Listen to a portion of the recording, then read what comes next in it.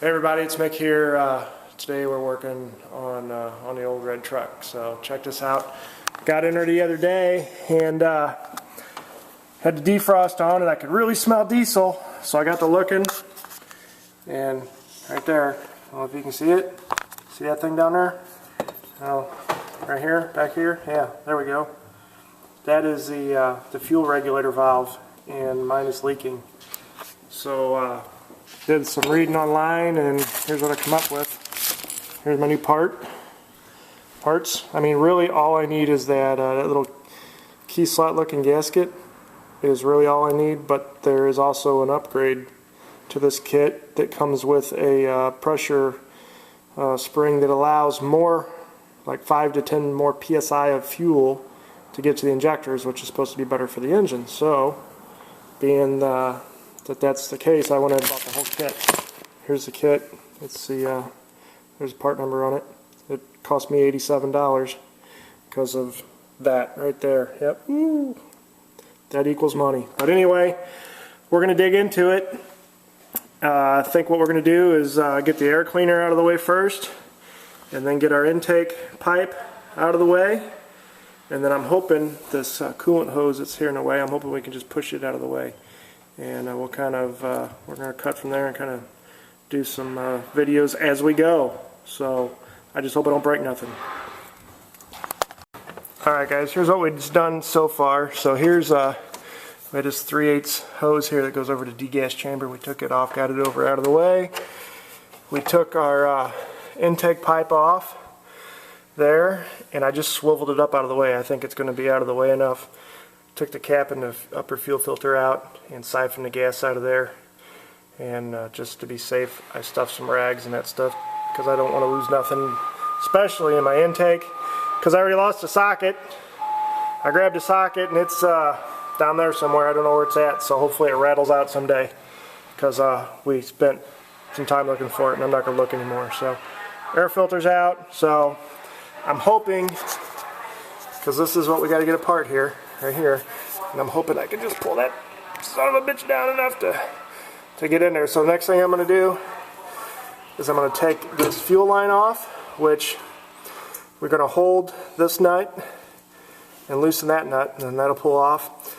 And then something else you want to do is take that nut off before you pull this off, otherwise you won't get it out of there if you're going to replace it. And then we'll take the 4 Torx screws out. So there we go. Alright, so we got her all apart here.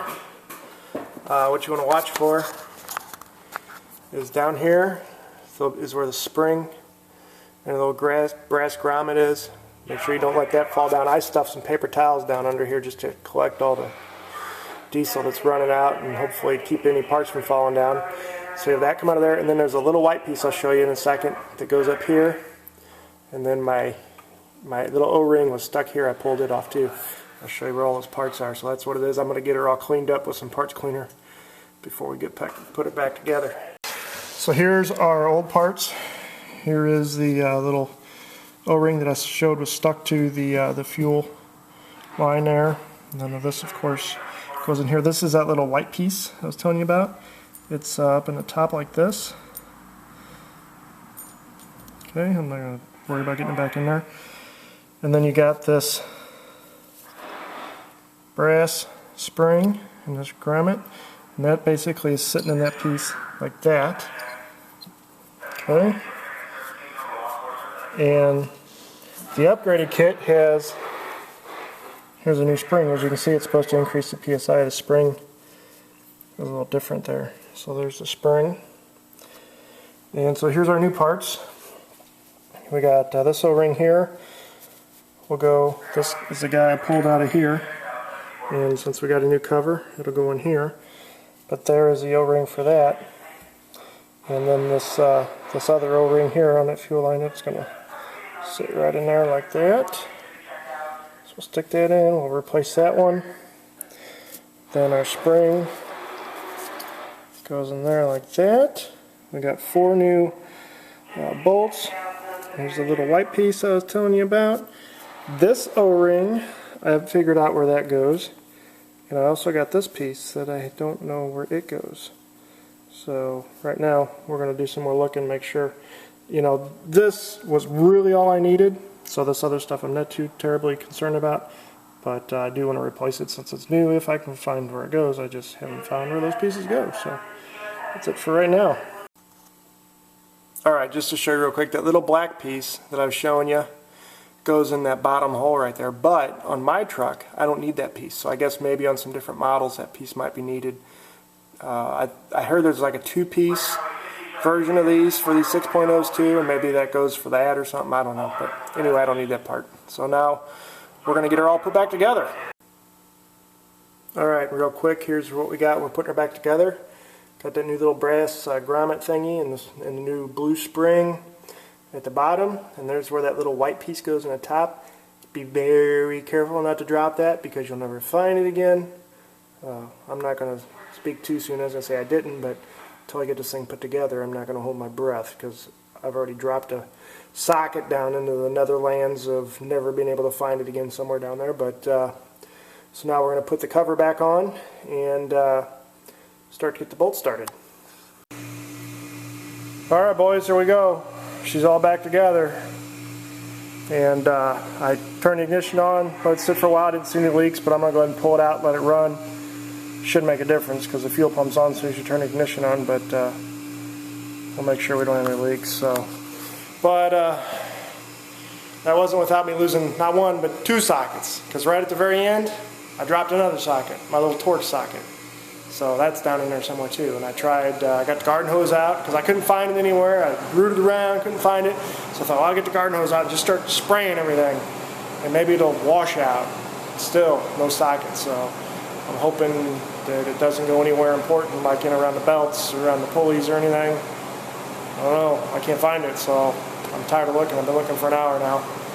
But just like all my projects, if you see my project where I put the new exhaust on here, I dropped the bolt that I had to have for that exhaust flange and spent an hour putting my exhaust on and an hour looking for the bolt.